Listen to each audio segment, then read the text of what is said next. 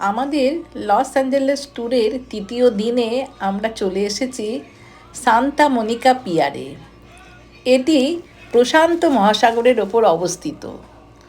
প্রশান্ত মহাসাগরের ডিপ নীল জল, দূরে পাহাড়, নীল আকাশ, সব যেন মিলেমিশে একাকার।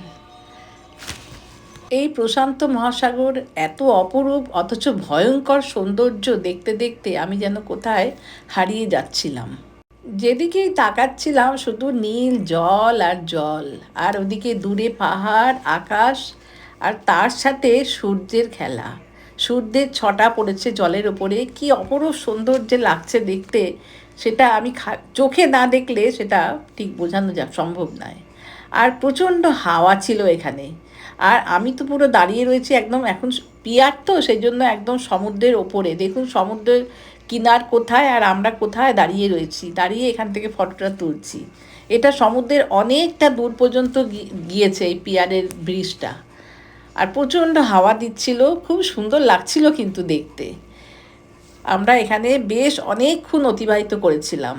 অনেক দিন আমার এই সৌন্দর্যের কথা আমি সত্যি কখনোই ভুলবো না। প্রশান্ত মহাসাগর।